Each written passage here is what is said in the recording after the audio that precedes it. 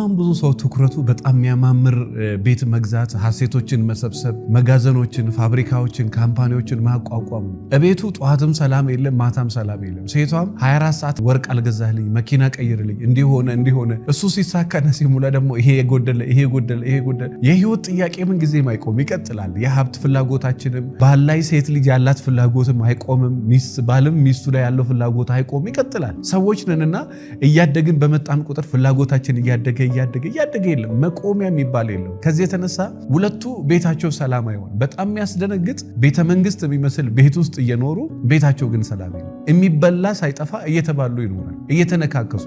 በጣም የሚገራርም የሚጠጣ ነገር እያለ የሚበላ ነገር እያለ እሱ ሰላም የለውም፣ እሷ ሰላም የላትም። እንደዚህ አይነት ዘመድ ካላችሁ ፕሊስ ላኩላቸው። የሚያምረው ቤታቸው ውስጥ በሚያምር ፍቅር መኖር ይቻላል። ነገር ግን ይሄን ነገር ማታስተካክሉት ከሆነ የሆነ ቦታ ላይ የሱ ልብ ሄዶ የሷ አይምሮ ሄዶ እንኳን በአማካሪ በምንም ነገር የማትመልሳት ሴት ትሆናለች። እንኳን በአማካሪ በምንም የማትመልሹ ሰው ይሆናል ባለቤትሽ። አንዳንድ ችግር ሲፈጠር በጊዜ መፍትሄ ፈልጉለት።